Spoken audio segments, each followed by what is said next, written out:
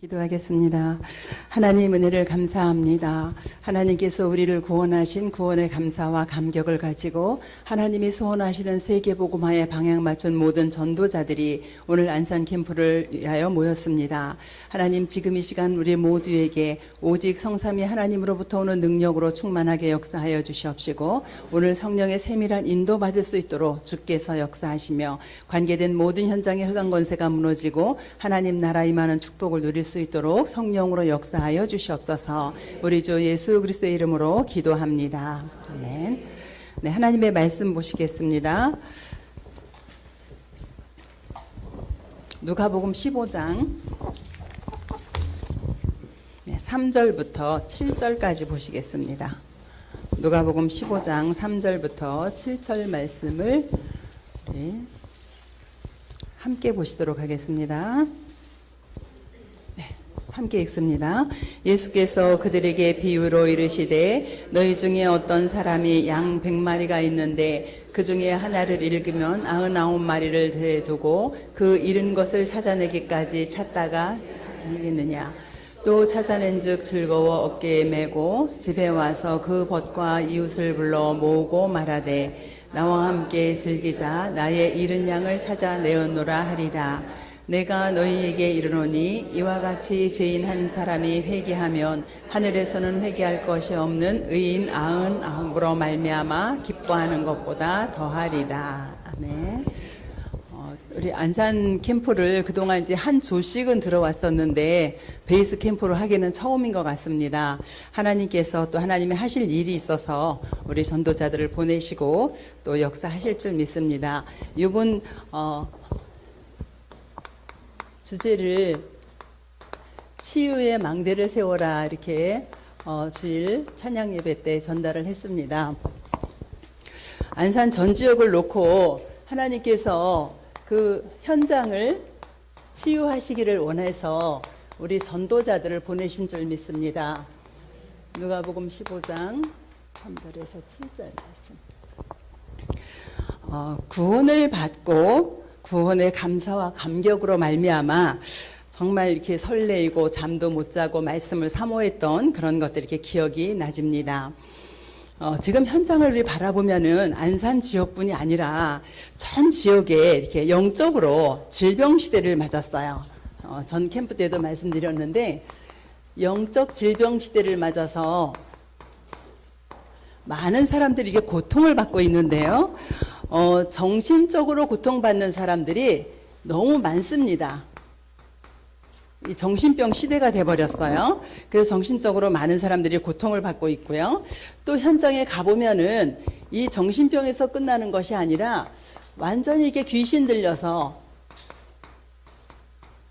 이런 사람들도 많이 보게 되어집니다. 심지어는 길 지나가다도 보게 되어지지요. 그리고 여기서 끝나는 것이 아니라 많은 사람들이 행복이 없어서 뭔가 중독이 되어지기도 하고요. 그리고 이 자살 시대가 돼버렸어요. 이제 초등학생들도 자살하는 시대가 됐잖아요. 이런 지금 어려운 시대가 이제 돼버렸는데, 제가 주일 찬양 예배 때도 말씀드렸는데요. 미국의 어느 학자가 이렇게 말하기를 세계에서 가장 희망이 없는 나라가 대한민국이다. 그러면서 그 이유를 얘기를 했어요. 4명 중에 1명이 지금 우울증으로 시달리고 있다. 그리고 청소년 자살 OECD 국가 중에 1위다. 그러다 보면은 이 우울증으로 시달리는 사람이 이렇게 많고 청소년들이 이렇게 자살하고 이렇게 하다 보면은 20, 30년 후에 정말 대한민국이 소망 있고 희망 있는 나라가 될까 좀 생각을 해보게 되지요. 그 정도가 아니고 이제는 결혼도 안 하겠다, 아이도 안 낳겠다, 이제 이런 시대가 돼버렸잖아요. 그래서 우리는 이런 현장을 놓고 오늘 진짜 하나님의 눈물과 나의 마음, 저와 여러분들의 마음이 정말 하나님의 눈물이 있는 그곳에 우리의 마음이 가 있는지요. 오늘 본문을 봅니다. 누가복음 15장 3절부터 7절에 보면은 지금 잃어버린 양이에요. 잃은 양 1마리를 놓고 100마리 중에 1마리를 잃어버리면 100마리 놔두고 99마리 놔두고 그 1마리를 찾으러 가지 않겠냐. 그렇죠? 언제까지? 찾기까지, 끝까지 찾는다. 그리고 찾으니까 기쁨으로 돌아와서 잔치를 벌일 정도로 지금 그렇게 잃어버린 한 마리, 우리 현장에 지금 정말 하나님을 몰라서 애타게 죽어가는 여기에 속해 있는 사람들, 그 한 사람을 찾는 일에 저와 여러분을 하나님이 부르신 거지요. 또 누가복음 15장 8절부터 10절을 보면은 잃은 드라크마 이야기가 나옵니다. 드라크마를 잃어버렸는데 이것을 찾기까지 찾지 않겠느냐.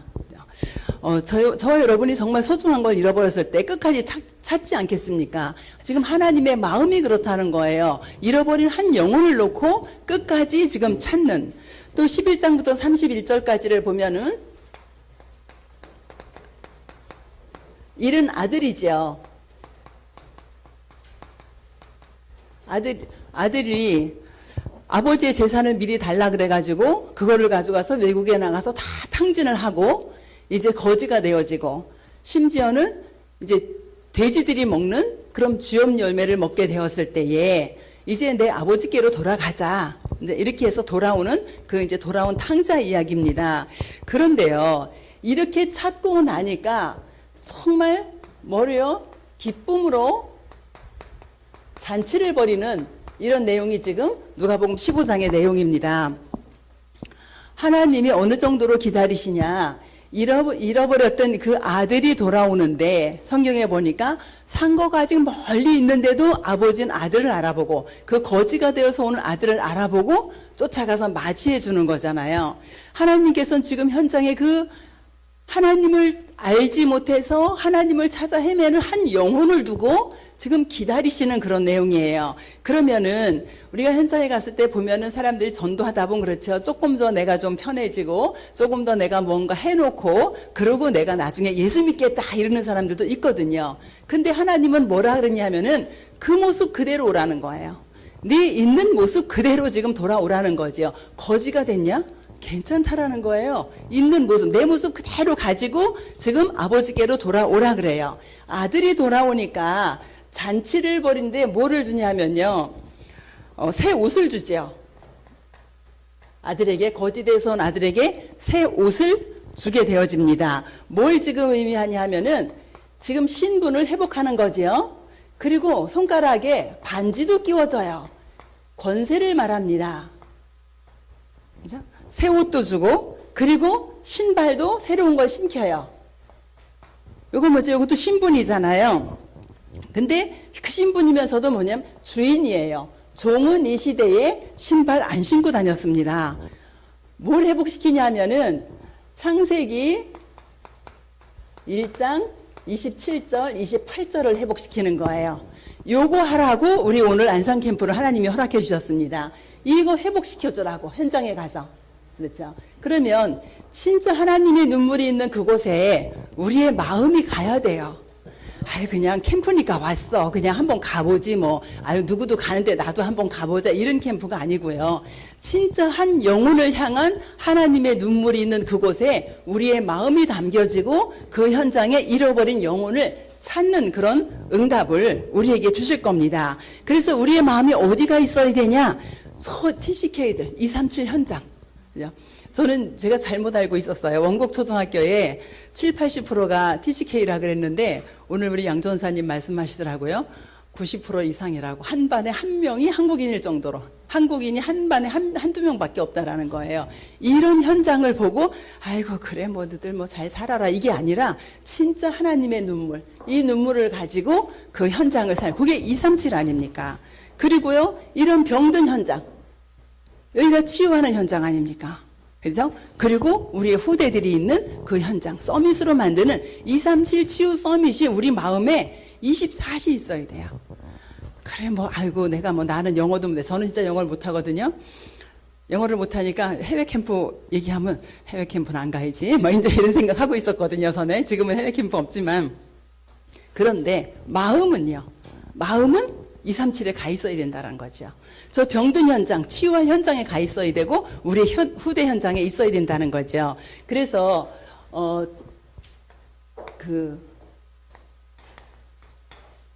지금 방향을 무속치유, 회당치유, TCK치유로 이제 방향을 주일날 드렸잖아요. 그래서 이 세 가지 현장에 공통점이 있어요. 우리가 너무너무 잘 알고 있는 거죠. 세 가지 현장의 공통점이 뭐냐. 영적 문제가 무엇인가를 진정으로 발견할 수 있도록 도와줘야 되는 거거든요. 복음 전하러 가서 이렇게 세 가지 우리 이제 지역에 권사님하고 이렇게 현장을 가봤었어요. 근데 복음 전하러 가서 대충 복음 전하지 마세요. 상대방이 영접을 하든 안 하든 우리는 정확한 복음을 전달해야 돼요. 이제 갔는데 이분이 복음 뭐 이렇게 거의 뭐 전한 것 같지도 않아요. 그래놓고 할머니 저 따라 기도하세요로 영접 기도를 하는 거예요. 그래서 제가 돌아와서 그 얘기했거든요. 아니다. 복음도 안 전해놓고 뭘 영접을 하냐, 누구를 영접을 하냐 도대체. 정확하게 상대방이 영접을 하든 안 하든 그거는 우리 손에 있는 게 아니라 하나님의 주권이다. 그러나 우리는 정확하게 복음을 전할 사명이 있는 거다. 그냥 대충 희미하게 복음 전해서 영접 건수 올리는 거, 이게 캠프가 아니잖아요.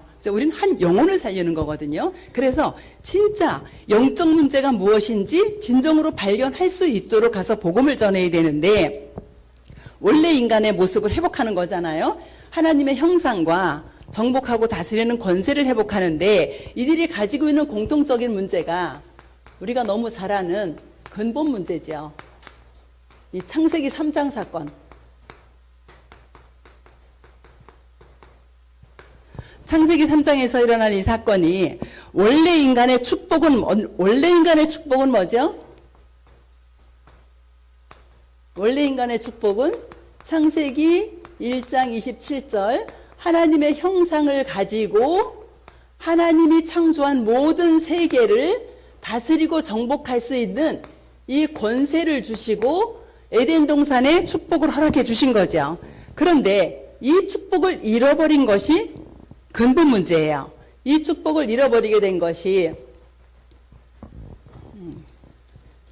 문제를 보면은 요한복음 8장 44절에 이 거짓말쟁이 살인자 사단이 어떻게 해요?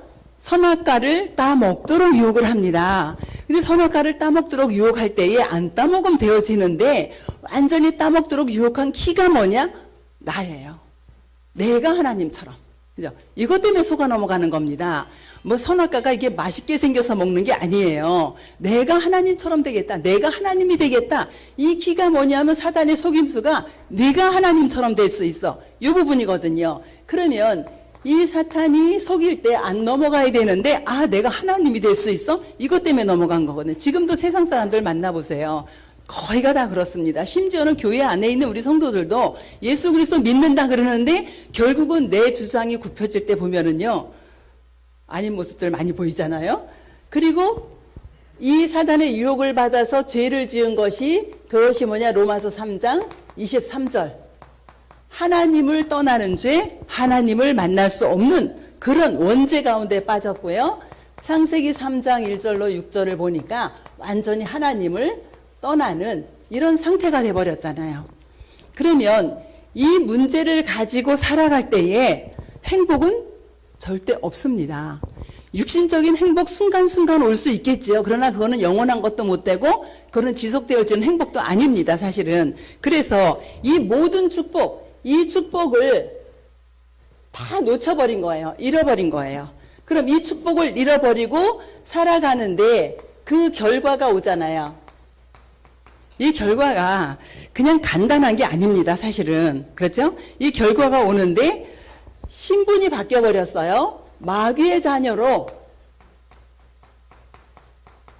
누가요? 하나님의 형상을 가진 존재가 신분이 완전히 바뀌어버렸습니다. 그래서 영적으로 죽어있는 상태가 돼버렸는데, 영적 문제가 자꾸 오니까 하는 행위가 뭐냐 하면은 우상을 섬겨요.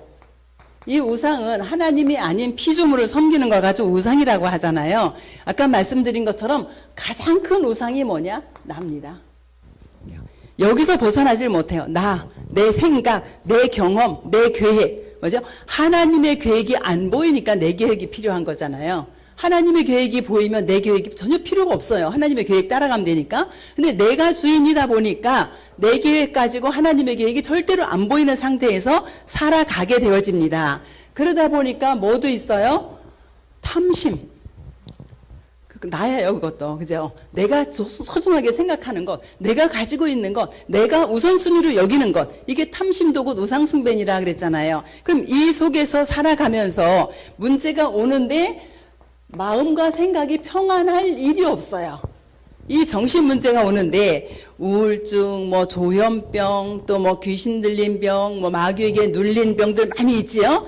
중요한 건 뭐냐 하면은 이 마음에 안식이 없다라는 거예요. 안식이 절대 없어요. 평안함도 없어요. 행복 근처에 가지도 못합니다. 현장에서 이렇게 보면은 요 사람들하고 이렇게 좀 다른 부분들이 많이 보여요. 그러니까 우리가 정신병, 저 사람 정신 도른 거야? 아니면 저 사람 귀신 들린 거야? 이렇게 현장에 가서 이렇게 제가 조현병, 우울증 환자, 귀신 들린 사람 이게 다락방을 해보는데 아주 쉽게 저는 구분됐던 게 뭐냐 하면은 우울증 환자들, 조현병 환자들은요 딱 고개 들고 마주보고 말 잘 안 해요. 거의 고개 숙이고 있고요. 그리고 말도 잘 안 해. 물으면 겨우 대답하고요. 이렇게 해요. 그런데요 귀신 들린 사람은 완전 달라요. 얼굴 똑바로 쳐다보고요 말도 정말 잘합니다. 그래서 현장에서 이렇게 사역하다 보니까 조금 구분되는 부분들이었었어요. 그게 100%는 아니겠지만 제가 이게 사역한 부분들에 그래요. 그리고요 말 청산유수예요. 그리고 앞뒤말 합리적으로 다 맞게 해요. 그런데 우울증 환자들은요 거의 고개 숙이고 있고요. 물어봐도 대답도 잘 안 하고요. 뭐 좀 이렇게 하면 그냥 혼자 얘기하다 오듯이 그러다 이제 어느 정도 마음문이 열려야지 이 사람들 좀 말하거든요. 그래서 현장에서 보면은 그렇게 좀 구분이 되어지는 부분들이 조금 있더라고요. 그래서 이 정신 문제 절대로 귀신이 들렸던 정신병이 왔던 안식 없습니다. 그럼 이런 상태로 살아가다가 그럼 삶의 문제가 오잖아요. 육신적인 삶의 이 문제가 오는데 삶의 병이 들렸다 이 정도가 아니고요. 저는 그 미국에서 그 암 치료하던 김은신 박사가 유튜브에 올라온 걸 잠깐 봤는데 한국 사람이 암 걸린 거 하고요. 미국 사람이 안 걸린 거하고 너무 차이가 난대요. 한국 사람은 당신 뭐 위암이다. 당신 간암이다. 그럼 벌써 죽었대요. 근데 미국 사람들은요. 당신 암이다. 그럼 감기 걸린 거하고 똑같이 취급한대요. 그래가지고 의사가 지시를 하면은 지시를 잘 따르고 한 달 후에 보자 그러면 한 달 전이나 한 달 후나 똑같은 상태를 가지고 온대요. 근데 한국 사람들은 한 달 후에 보자 그러면 다 죽어가지고 온대요. 그리고 또 다른 점, 미국 사람들은 의사가 지시하면 잘 듣는답니다. 한국 사람 절대 안 듣는데요. 먹지 말라는 거 다 먹고 오고 먹으라는 거 안 먹고 오고 뭐 암 걸리면 고기 먹으면 안 된다고 의사가 단백질 필요하니까 고기 드세요. 절대 고기 안 먹고 온대요. 이래가지고 다 죽어가지고 온대요. 그러면서 너무 다르다는 거예요. 그런데 우리가 질병 때문에 죽는 것이 아니라 뭐 때문에 죽어요? 사명 없으면 죽는 거잖아요. 그렇죠? 그래서 우리가 하나님의 자녀들은 이 삶 속에 질병이 온다 할지라도 크게 낙심하지 마시기 바랍니다. 질병 하나님이 치유하시면 되고요. 안 하시면 그대로 가지고 살으면 돼요. 아이고 그게 그렇게 쉽나요? 뭐 쉽진 않을 수 있는데요. 그냥 가지고 살아도 별 불편함 없더라고요. 조금 좀 힘들 수는 있는데 괜찮아요. 그래서 이런 어떤 삶에 뭐 불치병이 온다. 또 뭐 우환질고가 온다. 여기에서 완전히 무너져 버립니다. 삶이. 그럼 이 정도에서 끝나는 것이 아니라 이제 영원한 건 남아 있잖아요. 이 지옥이라는 이 영원한 문제가 남아 있어요. 이 땅에서 그렇게 살다가 그냥 좀 죽어서라도 좀 좋겠는데 전혀 그렇지 않아요. 이 영원한 지옥으로 가버리고 영원한 문제 속에 빠져 있고요. 그리고 여기서 더 나가서 어떻게 되죠? 이 대물림. 후대에게 대물림 되는 이 문제를 그대로 지금 가지고 있는 이 현장으로 우리가 갑니다. 이건 무속 현장도 그렇고요. 또 어디요? 후대 현장도 그렇고요. TCK 현장도 그렇고 똑같이 공통적으로 가지고 있는 문제예요. 그래서 여러분이 현장에 갔을 때에 제가 그거 말씀드렸잖아요. 무당집에 갔더니 막 소금 뿌리고 물 뿌려. 이건 하수예요. 무당집에 가서 복음을 다 전하는데도 눈도 깜짝 안 하는 사람이 있어요. 진짜 눈 깜짝 안 하고 까지 다 들어. 영접은 안 해. 이게 완전 고수거든요. 그래서 혹시나 갔더니 막 핍박하고 내쫓고 한다. 그럼 아이고 저게 겁나서 그러는구나 이렇게 생각하면 돼요. 귀신은요, 귀신같이 압니다. 여러분이 마음에 막 두렵고 겁나서 현장 들어가거나 두렵고 겁나서 어디 가요? 무당집 찾아가거나 그러면은요, 다 알아요. 저게 벌벌 떨고 왔구나, 지금. 아, 좀 담대하게 왔구나. 귀신들은 다 알고 있거든요. 그래서 여러분이 진짜 복음, 그 누구도 가지지 않은 복음 가지고 있어요. 이 복음 가지고 가는데 덜덜 떨면서 가시지 않기를 바랍니다. 진짜 담대하게 가시면 돼요. 그렇죠? 그러면은 이 현장에 가서 우리가 전달해 줄 게 있잖아요. 답을 줘야 되잖아, 우리가. 그래서 이거를 답을 주고 이 현장에 가서 답을 주고 해결을 해주고 오는 전도자들입니다, 우리는. 그러면 우리가 너무너무 잘하는 복음 선구들 다시 한번 전달합니다. 창세기 3장 15절. 여자의 후손이 와서 뱀의 머리를 상하게 할 것이다. 그죠? 이건 성취될 언약을 주신 거예요. 여자의 후손이 사단의 권세를 완전히 깨뜨리신 그리스도다. 그분이 지금 살아계신 하나님의 아들이시다. 그러니까 성취될 언약을 주신 거죠. 그러면 지금도 현장에 가면은 사단이 이렇게 다 잡고 있는 현장이잖아요. 그 현장에 우리가 예수 그리스도 그 이름으로 사단의 권세를 깨버린, 사단의 머리통을 깨버린 이 권세를 가지고 우리가 현장을 가는 거잖아요. 그래서 그 현장에 가서 정말 이 근본 문제를 해결하는 그런 답을 주시기를 바라고요. 여자의 후손. 출애굽기 3장 18절에 희생제사잖아요. 피제사. 사단이 벌벌 떠는 피제사. 귀신이 벌벌 떠는 피제사. 왜요? 문인방과 문설주에 피 발랐더니 모든 흑암, 저주, 재앙, 사망 권세까지 완전히 넘어갔어요. 그죠? 모든 저주와 재앙이 유월에서 넘어가는 이 피제사. 요 피제사 드리는데요. 진짜 흑암 권세 완전히 무너지고 사단의 권세가 떠나가고 귀신이 벌벌 떠는 역사. 그렇죠. 그 주역이 누구라고요? 그리스도예요. 그 예수 그리스도 그 이름. 그죠? 이사야서 7장 14절에 동정녀 탄생으로, 그죠? 여자에게서 나는 게 아니에요. 동정녀를 통해서 나오는 거예요. 동정녀 탄생으로 오셔서 임마누엘 하시겠다는 그분이 누구냐? 그분이 그리스도입니다. 그렇죠? 요한일서 3장 8절에 마귀의 일을 멸하신, 마귀를 멸하시는 것이 아니라 마귀의 일을 멸하신 그분이 누구냐? 그리스도시고 하나님의 아들이시라는 거예요. 그러면 마귀의 일을 멸하신 그 권세를 가지고 오늘 우리가 가는 현장 속에 이 마귀의 일이 무너지는 거죠. 그죠? 마귀는 예수님 재림 때 무적행에 갇힐 거고요. 로마서 8장 2절에 죄와 사망의 법 아래 있을 때, 이 죄와 사망의 법 아래 있을 때 이거 완전히 해결하시고 생명 곧 성령의 뭐죠? 법적으로 우리를 죄 없다라고 해주신 거예요. 그러면 죄와 사망의 법 아래 있던 우리들을 살리신 그 주님이 지금도 이렇게 죄와 사망의 법 아래 현장에 있는 사람들을 살리시기를 원하는 이 하나님의 눈물을 가지고 우리가 현장에 가서 이 복음을 전달하는 것입니다. 요한복음 14장 6절. 하나님 만나는 길 대신 참 선지자, 거짓의 세력을 꺾은 참 진리 대신 왕, 사망에서 생명으로 옮기신 제사장, 요 그리스도, 이 그리스도의 비밀을 가지고 현장에 가서 이런 사람들을 살려내는 축복을 우리에게 주셨습니다. 그래서 우리는 고백합니다. 마태복음 16장 16절, 주는 그리스도시여 살아계신 하나님의 아들이십니다 라고 고백한 이런 사람들을 뭐라고요? 하나님의 쓰시는 일꾼이다라고 주일날 말씀을 주셨어요. 그래서 요한복음 19장 30절, 정말 다 끝냈습니까? 모든 것 완전히 십자가에서 끝냈는데 이것이 나에게 사실이 되는 거예요. 뭐를 끝냈어요? 이 세 가지 문제를 십자가에서 완전히 끝내셨어요.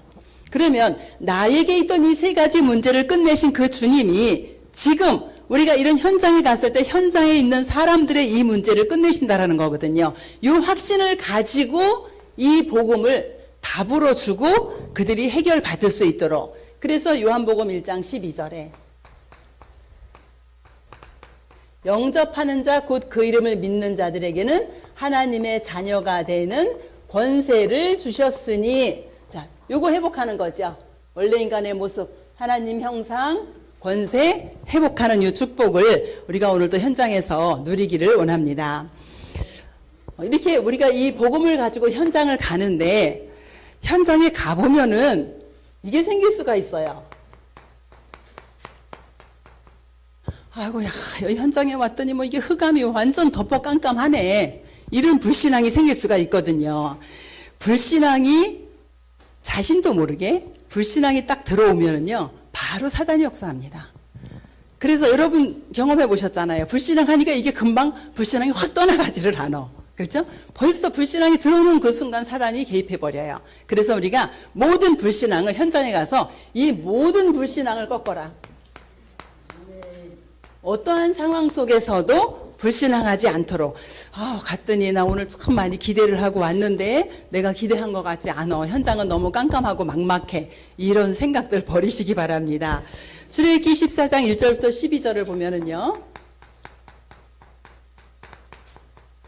여기 어디죠? 홍해 앞이죠, 지금. 홍해 앞에 있는데 참 기가 막히게요. 지금 6월절 어린 양의 피 바르고 하나님의 역사를 체험하고 지금 출애굽을 해서 나온 거잖아요. 그 430년 동안 노예로 살다가 하나님의 역사를 체험하고 딱 나왔는데 홍해를 만나고 뒤에는 애국 군대가 오니까 바로 불신앙해요. 다른 거 생각할 여지도 없어. 그냥 바로 불신앙해 버리는 거예요. 바로의 군대가 병거가 추격해서 오니까 14장 10절에 보니까요. 이스라엘 자손이 심히 두려워하여. 이 두려움 언제 온 거예요? 창세기 3장에 아담과 하와가 선악과 따먹자마자 하나님이 두려워서 숨었잖아요. 아담이. 그 두려움이 딱 들어온 거예요. 현장에 가서 어려움이 부딪히니까 여호와께 부르짖고 모세를 원망해요. 또 지도자 원망해요. 하나님 앞에 부르짖으면서 지도자 원망하고 있을 때에 이 이스라엘 백성의 한 말은 다 맞아요. 하나도 틀리지 않아요. 그죠? 지금 앞에는 홍해고 뒤에는 애국군대 왔는데 죽게 생겼잖아요. 맞는 말이잖아요. 근데 맞는 말인데 틀리다니까요. 이스라엘 백성이 틀린 말을 한 게 아니에요. 맞는 말을 했어요. 그런데 하나님께서는 모세를 통해서 뭐라고 말씀하시냐? 출애굽기 14장 13절에 보니까 너희는 두려워하지 말고 가만히 서서 여호와께서 오늘 너희를 위하여 행하시는 구원을 보라. 그러면서 뭐라 했냐면 너희가 오늘 본 애굽 사람을 다시는 영원히 보지 못하리라. 모세 한 사람의 믿음을 가지고 하나님은 홍해를 가르십니다.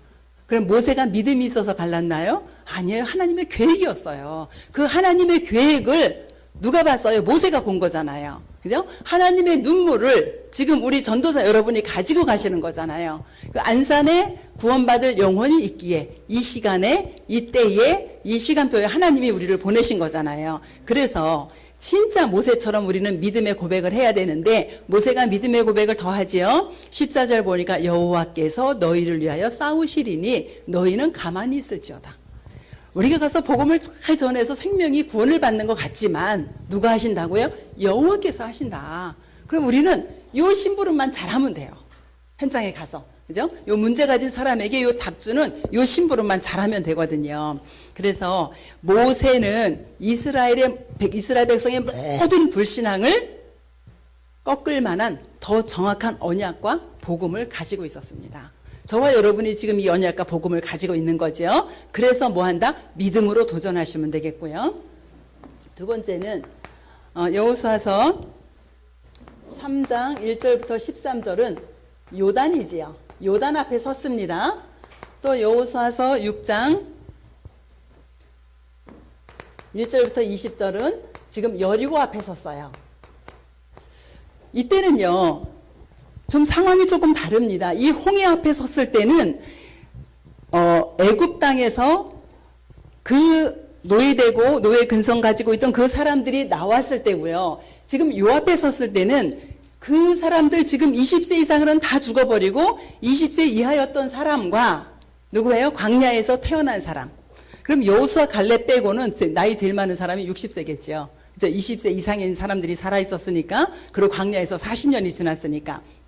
이 사람들이 지금 여기 요단 앞에, 여리고 앞에 서게 된 거예요. 근데 이때에 하나님이 왜 요단을 건너게 하시고 왜 여리고를 무너뜨리냐? 이스라엘 백성의 가슴 깊이 뿌리 내려 있던 이 불신앙을 빼내는 작업을 하시는 겁니다. 너네가 광야에서 40년 동안 보고도 지금도 나를 안 믿냐? 광야에서 40년 동안 성령의 역사, 하나님의 인도하심, 하나님의 능력, 기적을 다 체험하고도 그러고도 안 믿냐? 그죠? 이거를 지금 완전히 빼내는 작업을 어디서 했냐? 요단 앞에서, 여리고 앞에서 하게 되어집니다. 그러면서 홍해는 갈라놓고 건너가라 그랬는데 요단은 네 발 담궈봐. 제사장 발 먼저 담궈봐. 그죠? 그 제사장이 가운데 서 있었어요. 언제까지? 이스라엘 백성이 다 건너기까지. 그러면서 하나님이 이때는 그냥 보여주셨는데 이때는 믿음을 요구합니다. 그죠? 그 믿음대로 하나님이 역사하시는 것을 보게 되어지지요. 그래서 요단 앞에서, 여리고 앞에서 애굽의 사상, 애굽의 근성, 애굽의 체질 이런 거 완전히 뿌리 뽑고 뭐 가지고? 하나님의 능력 가지고, 하나님의 능력을 가지고 어디로 가라? 가나안 입성해라. 지금 이거를 보여주시는 겁니다. 그러면 저와 여러분이 지금까지 하나님의 역사 얼마나 많이 체험하셨어요? 그죠? 하나님의 능력 얼마나 많이 보셨어요? 그러고 현장에 딱 갔는데 옛날 거 나올 수 있어요. 언제? 이거 할 때. 그래서 하지 말라는 겁니다. 하나님의 능력 그거 가지고 오늘 현장을 가라 이렇게 말씀을 하시는 겁니다. 여호수아서 14장. 이건 안악산지지요. 6절에서 15절. 지금 안악산지 앞에 섰어요. 그런데 안악산지를 통해서 하나님은 지금 이스라엘 백성을 또 시험하시는 거예요. 저와 여러분이 계속 하나님의 역사 속에 가고 있는데 저와 여러분의 믿음을 키우기 위해서 그리스도의 제자로 세계복음을 하기 위해서 지금 계속 이제 시험을 하고 계시는데 여기에서 누구죠? 딱 한 사람 갈렙을 통해서 하나님의 능력을 보여주십니다. 그래서 결국은 안악산지를 점령하잖아요. 그렇죠? 저와 여러분이 오늘 가는 현장 하나님이 분명히 점령하고 정복할 현장으로 주신 거예요. 가봤더니 아니던데요. 그래서 그거 버리라는 거예요, 지금. 이거 버리고 가라는 겁니다. 아예 나가기 전에 버리고 가세요. 가서, 와봤더니 흑암이네. 이거 불신앙 꺾으라 그랬는데 이러시지 말고, 아예 지금 완전히 불신앙 흑암 다 꺾어버리시고, 그리고 나가시면 됩니다. 갈렙이 뭐라 그래요? 40년 전에, 우리 모세 선생님이 말씀하시지 않았냐? 우리가 밟는 땅 준다라고 하지 않았냐? 그죠? 그걸 딱 기억하는 거예요. 갔더니 안악산지 이 사람들 이거 어떻게 하면 좋지? 이거 아니에요. 여러분이 오늘 현장 갔을 때, 이거 어떻게 하면 좋아? 여기 너무 흑암이 세네. 이게 아니고 이미 꺾고 나가는 거예요. 언약 붙잡고 갈렙처럼 준다고 하셨으니까 우리는 정복하러 간다. 이제 이렇게 가시면 되겠고요. 다니엘서 6장 10절로 22절에 보면은 여기 지금 다니엘이 조서의 어인이 찍힌 줄 알고도 하루에 3번씩 자기 집에 올라가서 윗방에 올라가 예루살렘으로 향한 창문을 열어놓고 기도했다 이랬거든요. 그죠? 불신앙을 완전히 꺾어버리는 겁니다. 죽는 줄 알아요. 왕의 도장 찍힌 거 알아요. 내가 기도하다 걸리면 죽어. 그런데 죽는 거를 두려워하는 것이 아니라 그 불신앙을 완전히 꺾어버리고 그리고 하루에 3번씩 보라는 듯이 창문 열어놓고 기도한 거잖아요. 이런 다니엘에게 완전히 불신앙이 꺾이고 나니까 어디에서도요, 사자굴에서도 상관없이 하나님을 누리게 되어집니다. 아이고, 내가 사자굴에 들어가면은 하나님이 날 살려줄 거야. 이렇게 해서 들어간 거 아니에요. 사자굴에 들어가서 죽으면 죽지. 이렇게 들어간 거거든요. 그런데 거기에 하나님이 역사하시는 것을 보게 되어지죠. 또 다니엘서 3장 8절에서 23절도 여기는 풀무불이죠. 다니엘의 세 친구가 우상 앞에 절하지 않는다는 이유로 느부갓네살이 세운 그 금신상 있잖아요. 거기에 절하지 않는다는 이유로 지금 풀무불 속에 들어가게 되어졌는데 왕이 이 아이들이 너무 아까우니까 기회를 줘요. 그래, 한 번만 해라. 그런데 안 하겠대요. 이제 왕이 노하죠. 그러면서 뭐라 그래요? 우리는 죽지 않을 거다. 그런데 죽어도 괜찮다. 그리 아니하실지라도 우리는 들어가겠다라는 겁니다. 절대 어려운 상황 앞에서 불신앙하지 아니하고 풀물 속에 들어가는 그런 믿음을 가지고 승리하게 되어지지요. 우리 어떤 랩런트가 목사님 말이 너무 빨라요. 천천히 해주세요. 그랬는데 오늘 여전히 빠른 것 같습니다. 제가. 에스더 4장. 이 체질 바뀌기가 이렇게 쉽지 않네요. 14절에 16절 누구죠? 에스더예요. 죽으면 죽으리라.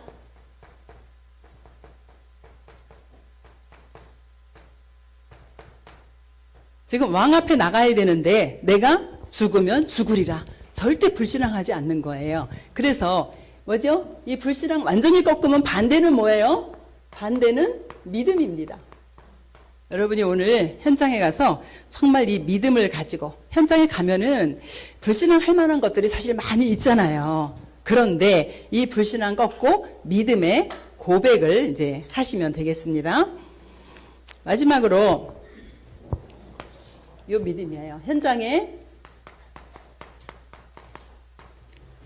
믿음을 심어라.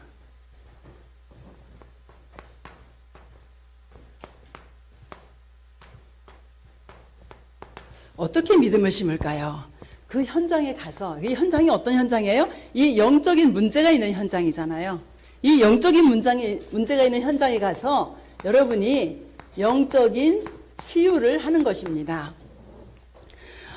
저와 여러분이 현장에 갔을 때 영적 치유 뭐죠? 오늘 가서 복음을 전했어요. 그 복음을 전하고 영접하는 사람이 생겼을 때 이때가 이제 너무 중요합니다. 우리가 복음 전하는 타이밍도 중요한데요. 한 영혼이 영접을 딱 했을 때 그때 영적인 치유가 일어나는 거잖아요. 그렇죠? 그 영접하기 전에 영적 치유가 안 일어나잖아요. 그럼 영적인 영접을 딱 했을 때 뭘 심어주냐 하면은요. 진짜 확신 심어주고 오셔야 돼요. 당신이 하나님의 자녀라는 그런 정체성 심어줘야겠죠.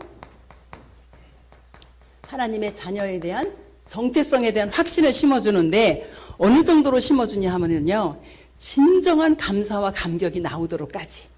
그렇죠. 내가 생명을 얻은 거에 대한 진정한 감사와 감격.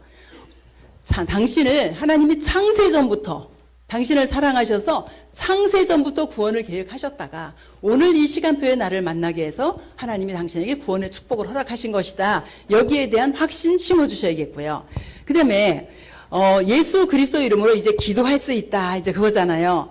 그러면은 우리가 기도하면은 즉시 오는 응답도 있고 천천히 오는 응답도 있고 또 응답이 때때로는 안 오는 것도 있잖아요. 그래서 하나님은 분명히 응답을 하시는데 뭘 심어주냐 하면은 이 정체성 심어주시고요. 기도를 할 수 있도록 새가족들이 기도 못하잖아요. 그런데 기도를 할 수 있도록 확신을 심어주시는데 당신에게 오늘 지금 응답이 오고 안 오고가 문제가 아니라 당신이 어떻게 기도하느냐가 중요하다. 그래서 뭘 했든 진짜 이 뭐죠? 삶 집중을 할 수 있도록 아침과 낮과 밤에 어떻게 기도한다. 나는 이렇게 기도한다. 아침에 정말 당신이 한 1분만 여호와 하나님을 바라봐라. 그죠? 낮에 일하면서 생각나면은 또 한 번 바라봐라.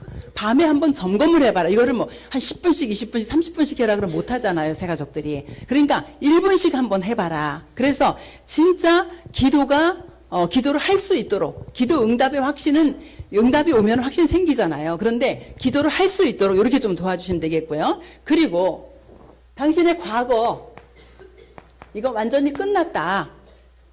과거에 붙잡히지 말아라. 이제는 당신은 하나님의 자녀다. 그래서 이 부분에 대한 확신, 과거의 상처 완전히 끝나 있다. 과거 문제 완전히 끝났다. 그러면은 어떻게 해? 예수 그리스도 이름으로 이제는 바꿔버려라. 예를 들어서 뭐 죄책감도 있을 수 있고 상처도 있고 이래가지고 생기는 많은 문제들이 나타날 수 있잖아요. 이거 예수 그리스도 이름으로 완전히 바꿔라. 왜? 예수 그리스도의 보혈의 능력이 당신을 완전히 치유했다. 이 부분 좀 심어주시면 되겠고요. 그리고 이제 문제를 보는 눈을 열어주셔야겠죠. 이 문제는 승리할 수 있도록 주신 문제인데 문제에 빠지면 이게 안 보이잖아요. 예수님께서 십자가에서 승리하셨다. 그러면 당신도 승리할 수 있는 보좌의 배경을 지금 가지고 있는 것이다. 그래서 조금 확신 심어주시면 되겠고요. 그리고 미래에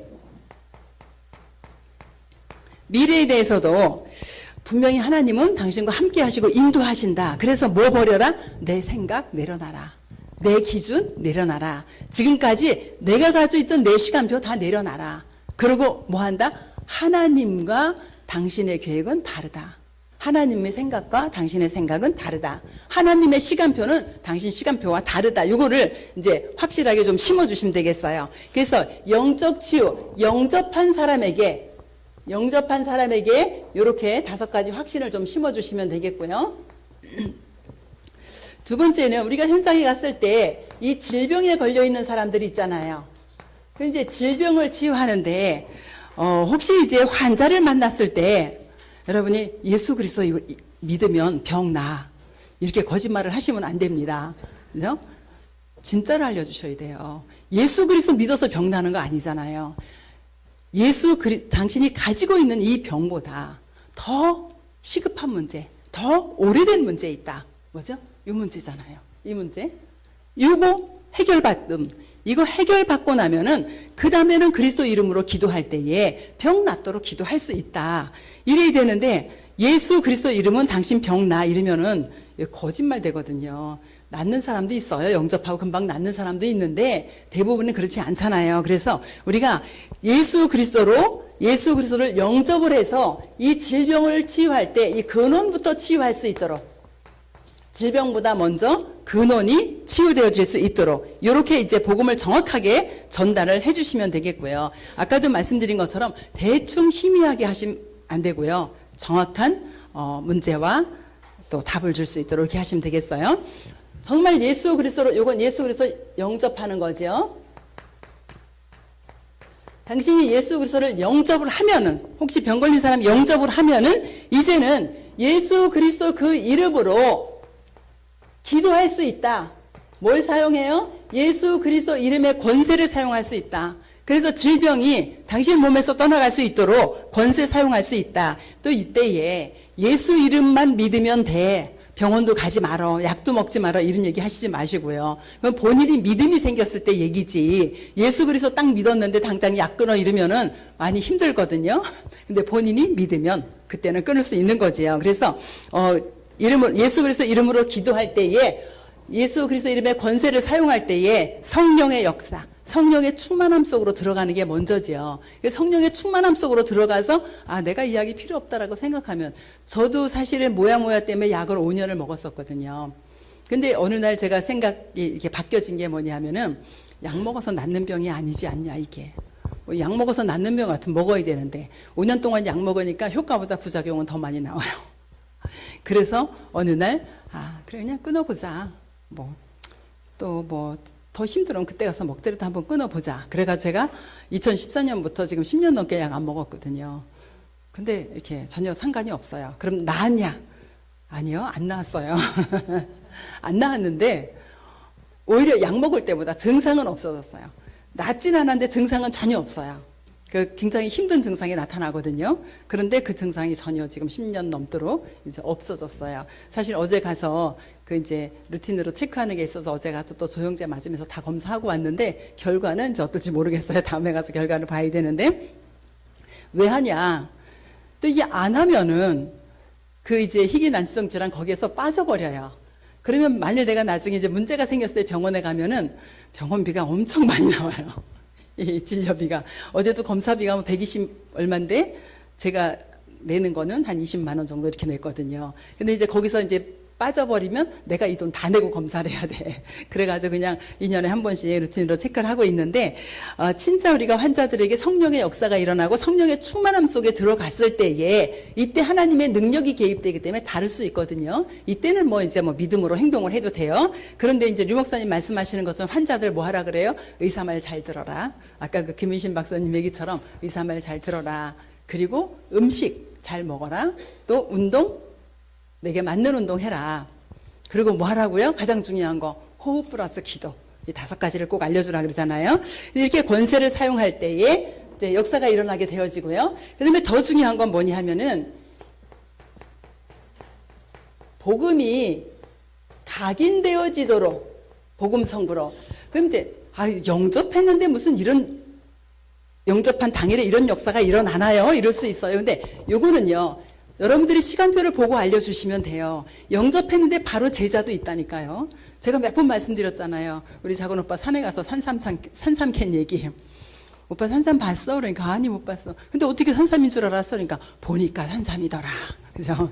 여러분들이 오늘 가서 영접을 하니까 보니까 제자더라 이런 사람이 있어요. 그 사람들에게 전해주시면 되는 거예요. 그죠?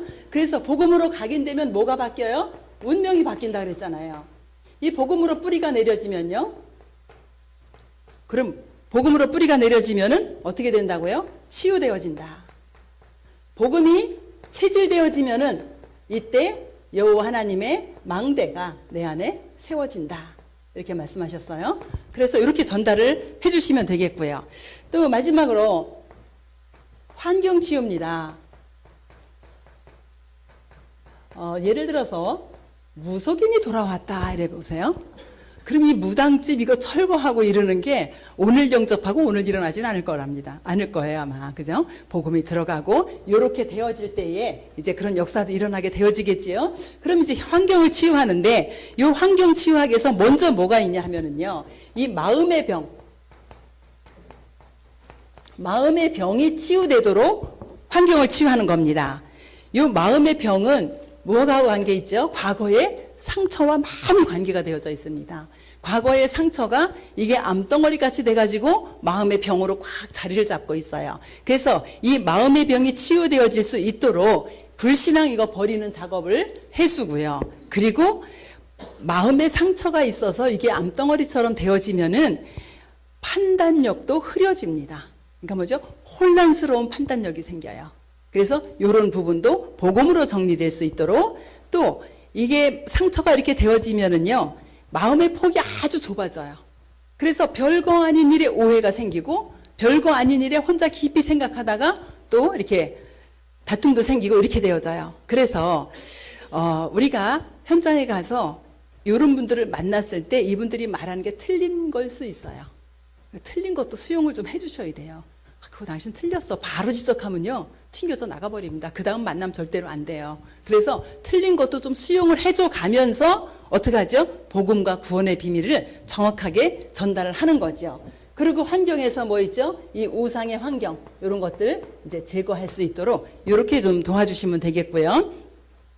자, 결론은요. 캠프는 빛을 발하는 것이다 그랬잖아요. 그럼 여호와의 영광의 빛이 우리에게 임해 있고 이 빛을 발하는 것이 캠프인데 제가 이렇게 오래전에 메시지를 캠프 메시지 때문에 고민하다 많이 이렇게 찾아보고 들여다보고 하는데 묵상에 대해서 류 목사님 그렇게 설명하셨더라고요. 묵상은 그냥 눈 감고 앉아 있는 게 묵상 아니다. 묵상은 그냥 말씀 붙잡고 생각하고 있는 게 묵상이 아니다. 묵상은 뭐라고 하셨냐면은 성령 인도 받는 길이 보여지는 게 묵상이다 그러셨어요. 그러면서 바울 얘기를 하신 거예요. 바울이 사도행전 16장 6절에서 10절에 계속 기도하고 있는데 마게도냐에서 사람이 부르는 것이 보여지고 그쪽으로 인도받아 간 것처럼 묵상은 성령의 인도받는 길이 보여지는 게 묵상이다 그랬거든요. 그래서 오늘 이렇게 완전히 성령의 인도를 받아야 되는데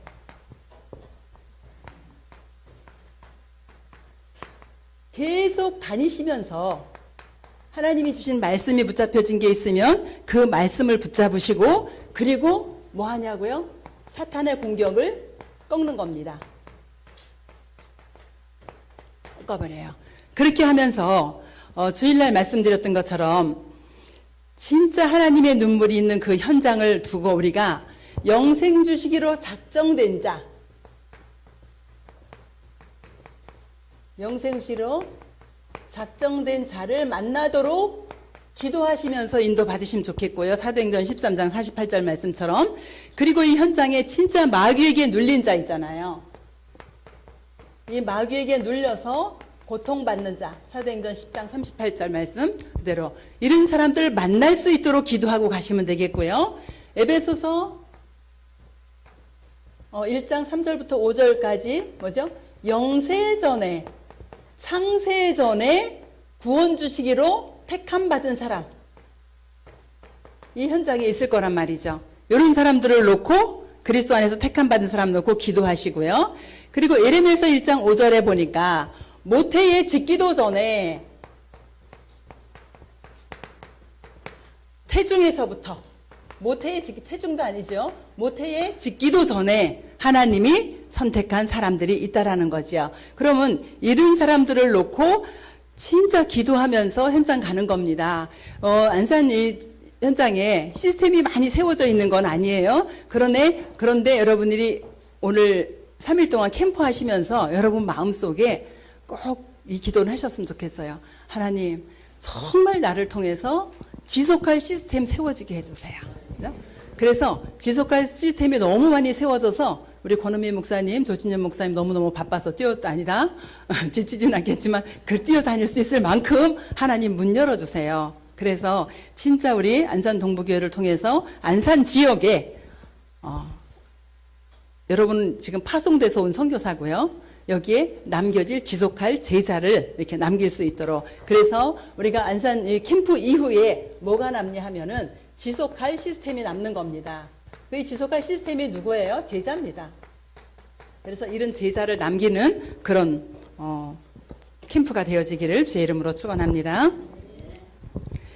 주님 은혜를 감사합니다. 하나님께서 우리를 먼저 구원하시고 또 하나님의 구원주의로 작정된 자를 현장에 숨겨놓고 하나님의 눈물이 있는 그곳에 우리의 마음이 갈 수 있도록 인도하시고 오늘도 그 현장을 살릴 수 있는 복음의 비밀을 가지고 가는 모든 전도자들을 주님이 축복해 주셔서 그 현장에 그리스도의 빛이 발할 때 생명이 돌아오는 역사가 일어나게 하시고 3일 동안 캠프를 통해서 지속할 제자를 찾아 세울 수 있도록 주님이 역사하여 주시옵소서. 하나님 모든 캠프팀들에게 성삼위 하나님으로부터 오는 오력의 힘을 허락해 주시옵시고 공중권세 잡은 자를 이길 수 있는 보좌의 능력으로 역사해 주시옵시며 모든 가는 현장에 캠프가 되어질 수 있도록 주께서 축복하여 주시옵소서.